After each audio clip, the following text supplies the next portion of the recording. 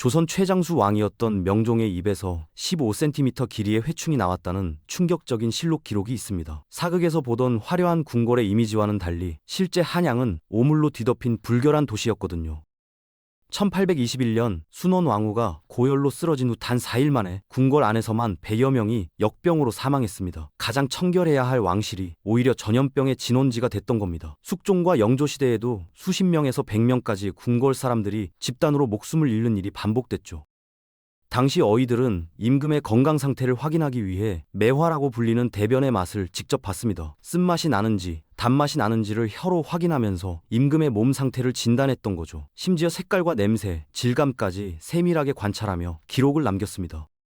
이들은 이 일을 위해 목숨을 걸 정도로 헌신적이었거든요. 조금이라도 이상한 징후가 보이면 즉시 보고했고 임금의 변 상태에 따라 처방을 달리했습니다. 하지만 문제는 여기서 시작됐습니다. 배설물을 의학적으로 분석하는 데는 열성적이었지만 정작 그 오염물을 신속하게 치우고 처리해야 한다는 기본적인 위생 개념은 완전히 빠져 있었던 겁니다. 어이들의 모든 노력이 똥의 성분을 파악하는 데만 쏟아졌을 뿐 궁궐 환경을 깨끗하게 유지하는 쪽으로는 전혀 향하지 않았죠. 실록을 보면 어이들이 임금의 변 상태를 상세히 기록한 내용은 수없이 많지만 배설물 처리 시스템 개선에 대한 논의는 거의 찾아볼 수 없습니다. 같은 시기 유럽에서는 이미 하수도 시스템을 논의하기 시작했는데 조선의 의학은 여전히 분석에만 매달려 있었던 겁니다. 전문가들이 배설물의 맛을 감별하며 진단에 몰두하는 동안 궁궐 바닥 아래에서는 심각한 오염이 조용히 진행되고 있었습니다.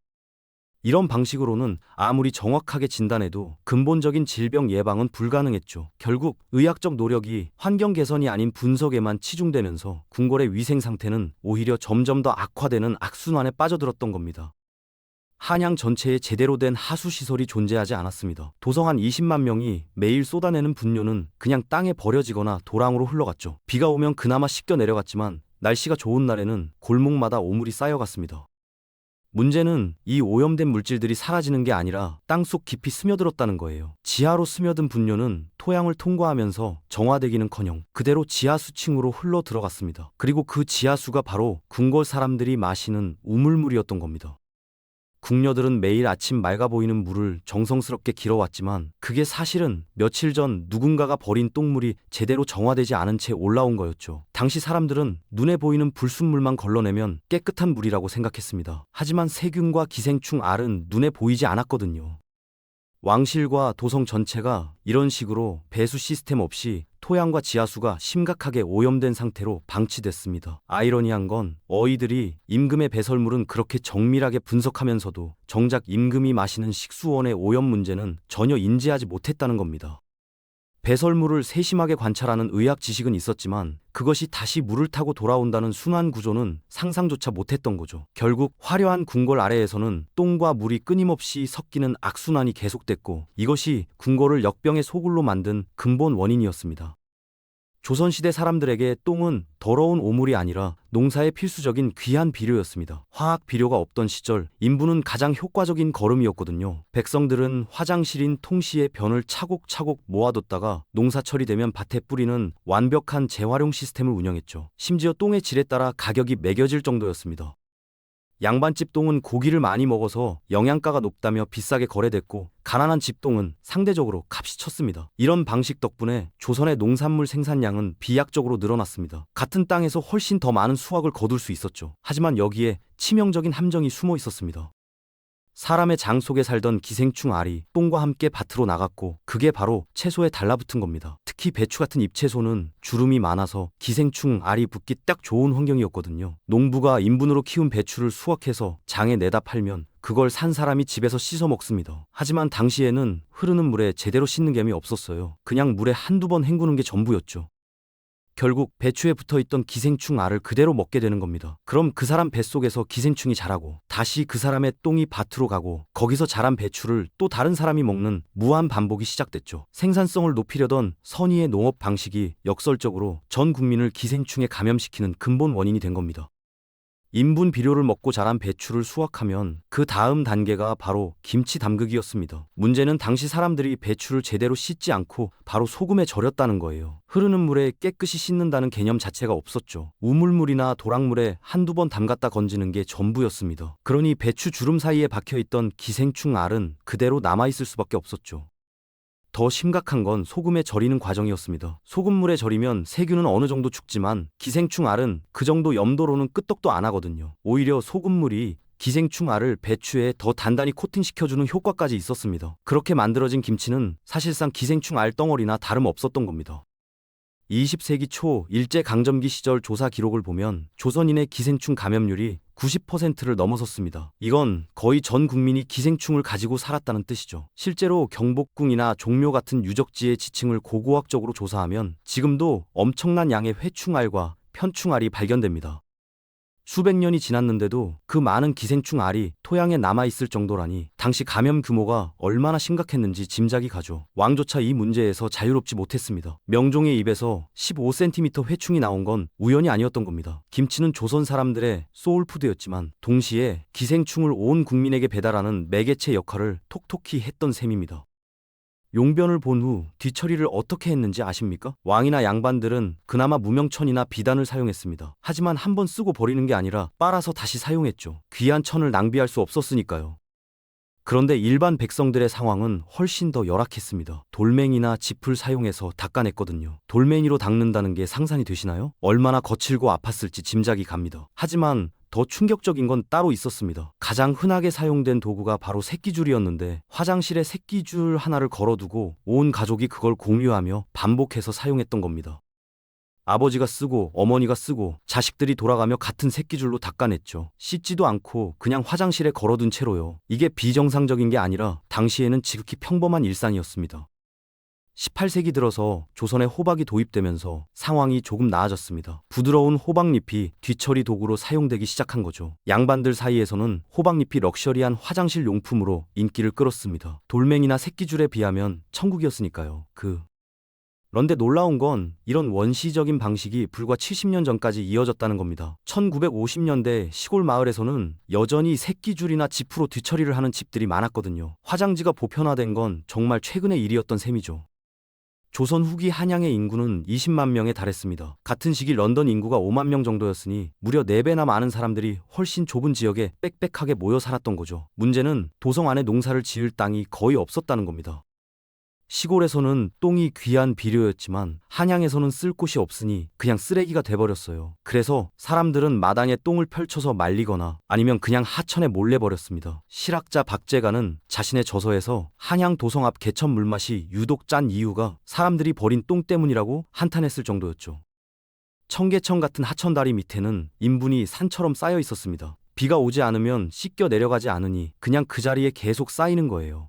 장마철이 되면 상황은 더 끔찍해졌습니다. 불어난 물에 똥더미가 떠내려가면서 거리 전체가 똥물로 범람했거든요. 골목길마다 갈색 물이 넘쳐 흘렀고 사람들은 그 위를 아슬아슬하게 건너다녔죠. 더 심각한 건 지하 오염이었습니다. 아침에 누군가 하천에 버린 똥물이 땅속으로 스며들어 저녁이 되면 바로 여부물로 올라왔습니다. 당시 한양 사람들은 이런 환경에서 벗어날 방법이 없었어요. 20만 명이 매일 배출하는 분뇨를 처리할 시스템이 전혀 없었으니까요. 결국 사람들은 똥 냄새를 맡으며 살고 똥물이 섞인 물을 마시는 게 피할 수 없는 일상이 됐던 겁니다. 19세기 말 조선을 방문한 외국인들의 기록을 보면 한양에 대한 평가가 정말 충격적입니다. 미국인 선교사 호러스 알렌은 서울을 자신이 살아온 인생에서 본 도시 중 가장 더럽고 악취가 심한 곳이라고 기록했거든요. 그는 거리를 걸을 때마다 코를 막아야 했고 특히 여름철에는 냄새 때문에 창문조차 열 수 없었다고 했습니다.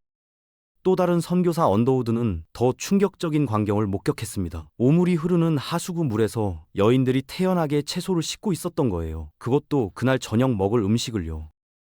영국인 여행가 이사벨라 버드 비숍은 골목 도랑에 고여있는 초록색 점액질 오물을 생생하게 묘사했습니다. 더 놀라운 건 그 더러운 물웅덩이에서 아이들이 뛰놀고 있었다는 거죠. 외국인들 눈에는 미친 짓처럼 보였지만 조선 사람들에게는 그게 일상이었습니다. 태어날 때부터 그런 환경에서 자랐으니 그게 더러운지조차 몰랐던 겁니다. 시궁창에서 노는 게 이상한 일이 아니었고 똥물이 섞인 개천이 놀이터였죠. 재미있는 건 거리에 널린 똥을 개들이 먹어치웠다는 겁니다. 조선의 개들은 일종의 살아있는 청소부 역할을 했던 셈이에요. 만약 개들이 없었다면 한양의 위생 상태는 훨씬 더 끔찍했을 거라는 분석도 있습니다. 개들이 똥을 먹어 없애주지 않았다면 역병 확산은 지금보다 몇 배는 더 심각했을 거라는 거죠. 아이러니하게도 조선 사람들은 개를 식용으로도 키웠는데 그 개들이 무엇을 먹고 자랐는지는 생각하지 않았습니다.